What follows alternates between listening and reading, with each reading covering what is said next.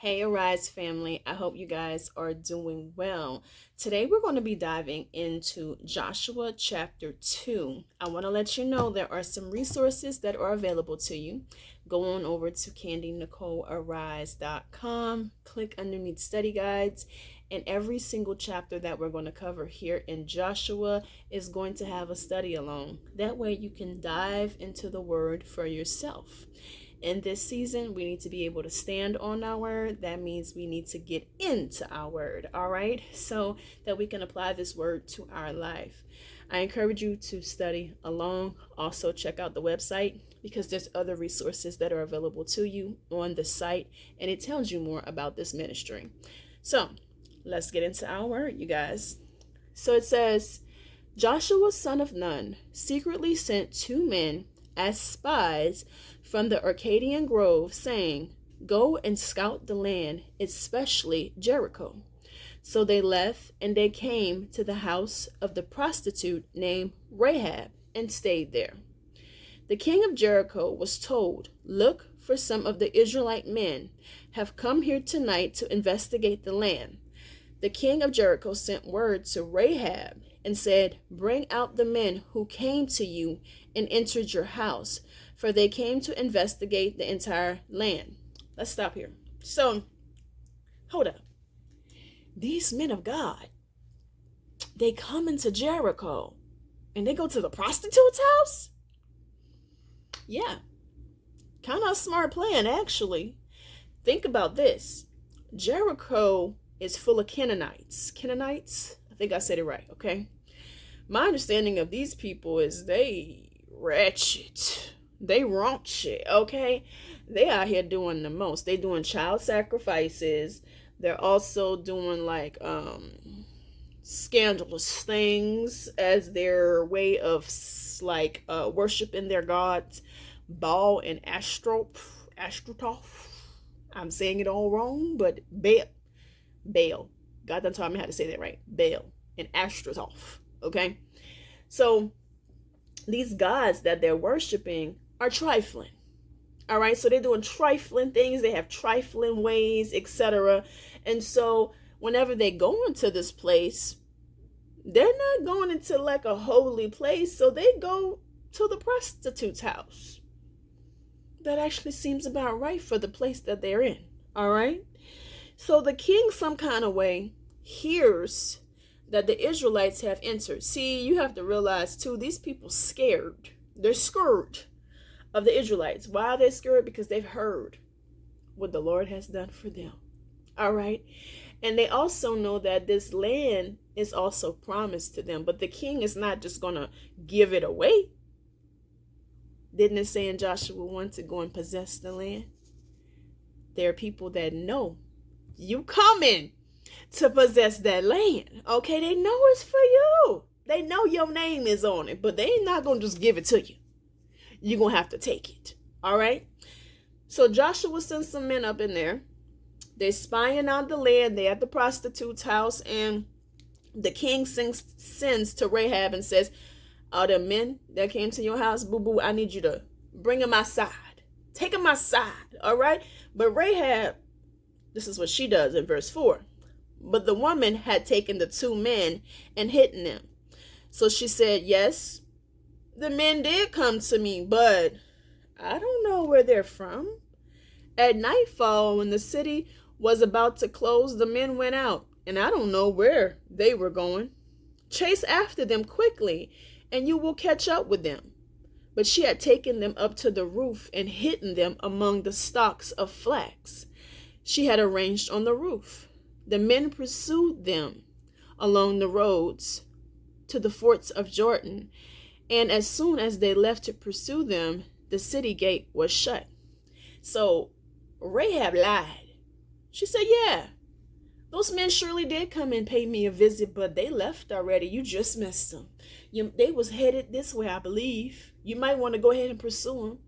So they did. They took her word and they pursued him. But y'all don't realize that they didn't have to take her word. Who was Rahab? They continue to say exactly who Rahab is in the scripture. And every time Rahab is mentioned in this Bible, they love to say who she was. She was a prostitute. She was a night worker. This was the red light district. Do you understand where we were here? So for these guards to just take her word, she was taking a chance that they would just believe her and not be like, hold up, let's search the house. Let's see if she lied. But they took her word. All right. In verse 8, before the men fell asleep, she went up to the roof and said to them, I know that the Lord has given you this land, and that the terror of you has fallen on us, and everyone who lives in the land is panicking because of you. For we have heard how the Lord dried up the water of the Red Sea before you when you came out of Egypt, and what you did in Shiloh and Og, the two Amorite kings you completely destroyed across the Jordan. When we heard this, we lost heart, and everyone's courage failed because of you. For the Lord your God is God in heaven, above and on earth below. Now please swear to me by the Lord that you will also show kindness to my father's family, because I show kindness to you. Give me a sure sign that you will spare the lives of my father, mother, and brothers. All right? Sisters, and all who belong to them, and save us from death. All right. So hold on. Rahab and all the people of Jericho had heard about an event that happened 40 years ago. Because mind you, we all know they roamed that desert for 40 years. All right. So she's talking about this Red Sea moment, not what just happened, them crossing the Jordan and having basically a whole nother Red Sea moment. No, they heard about what happened back in the day. And because of what happened back in the day and to the Pharaoh and everything else, they like, Then they hear about these other things that happen and they're like, no, the Lord is with them. We don't want to be against them, right? So they have fear in them. But the thing that catches our attention is Rahab is a Canaanite. She's a woman. This is her people. But yet she's heard about what the Lord's done. And just by hearing what the Lord has done, she's a believer. It made her a believer that quickly. It raised her faith in a God that she knew nothing about. She knew one thing for sure: he was real, because he showed up in real life. Okay, so we're going to continue in verse 14. The men answered her, we will give our lives for yours if you don't report our mission.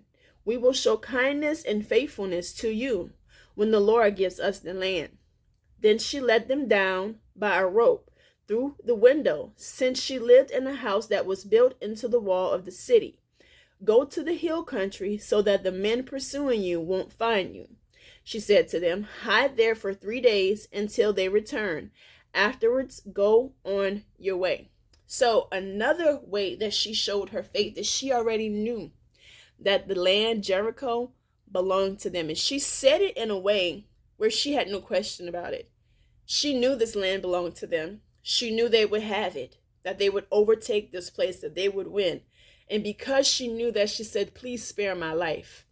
She had so much faith in the fact that they would take this land that when the king's people came to her, she said, oh, they came. Yeah, you're right. They did come to my house, but they left. Okay. She took that chance willingly because her faith outweighed the situation that was in front of her.